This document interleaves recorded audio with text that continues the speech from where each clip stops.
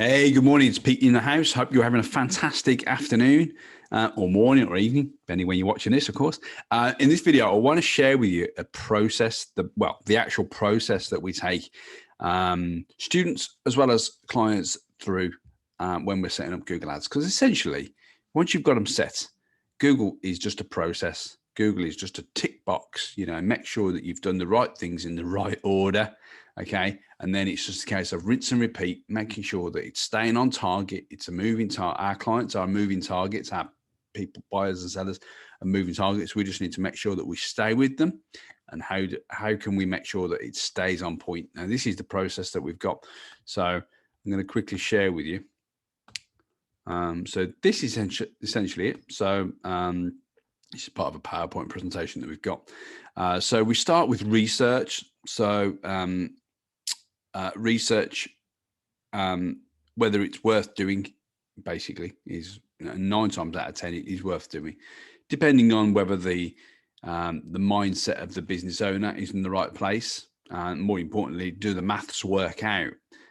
Because before we go and put any kind of spend into advertising, you've got to work out what the return on investment is, where's your break-even point, and more importantly, what is my math to get a valuation? What is the math behind the video? And I did this did a video in did a question, posted out there in one of the groups the other day. I think it was yesterday actually.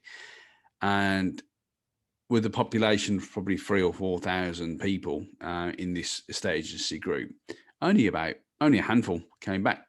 But most people, as one of them said, as one of the people in the group said, most people don't know the math. So you've got to know the math of how much it's costing you to sell a house. Now that is from 1,700 quid right through to £2,500, which is on the high end. But when you look at staff, you look at Rightmove for 6-7 months, all these aggregated costs, that it's not just like literally putting a board up outside, how much the board's costing you, aggregate that over the average sale, how many houses you've got up for sale and that sort of thing. So it's a little bit in the air, but you've got to look at a benchmark of about 1,500 quid is what I've worked out to sell a house. Okay.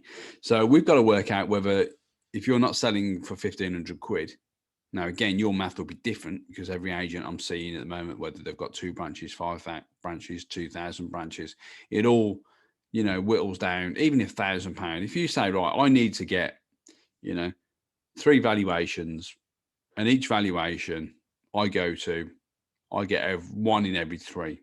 Okay. So you got to work out the math on that and go, right, how much am I spending to get my phone calls? How much am I getting, and all these sort of things. So this is all before we go here, but we've got to do that first. We've got to work out the math. So, and that comes down to then I'm not charging enough for my valuation, I'm not charging enough on exchange and completion because, guys and girls, it's not a service where you get paid straight away, unfortunately, unless you're doing, obviously lettings is a different matter.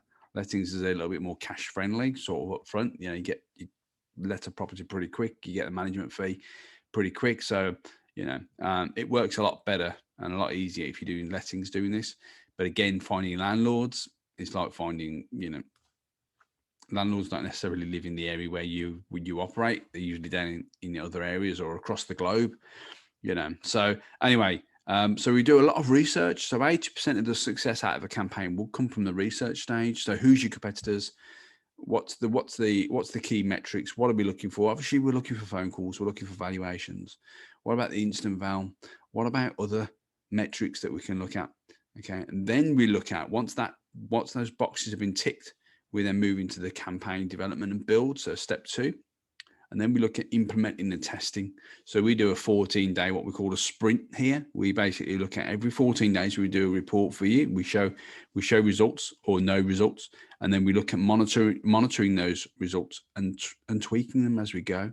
And then we implement the best performing ones over, say, a 30-day period. We basically knock out the ones that aren't working, maybe the ones that are working but are a bit more cost heavy, and maybe have a balance between choosing different keywords, different target audiences. Where are we looking at? Are we just looking at search, or are we looking at display as well as YouTube?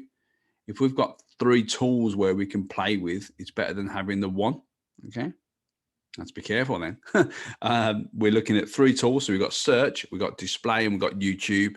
If we just have search, we're a sort of a one-trick pony. We've got to have the display and the YouTube all working in tandem, because then that basically gives us what they call 360 coverage. Basically gives us people on video, so looking at YouTube, gives us people that are looking on the I don't know, the local newspapers and whatever Gumtree they're on. If we're not using display, we're just focusing on search. We're sort of almost hopping around on the most expensive platform as well, which can be a bit of a challenge, but still successful, because obviously you're reaching people at the point. And then once we've implemented and tested, we can then go back over the next month 2 and 3, basically is optimizing, managing, and reporting. Every 14 days we do reports anyway. We do regular reports to go, right, this is what's happening, which is what's not. This is the implement and test stage.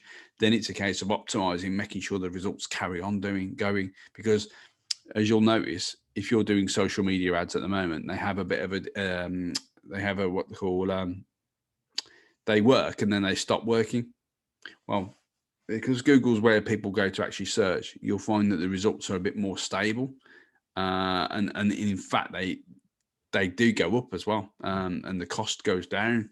So it's where people go.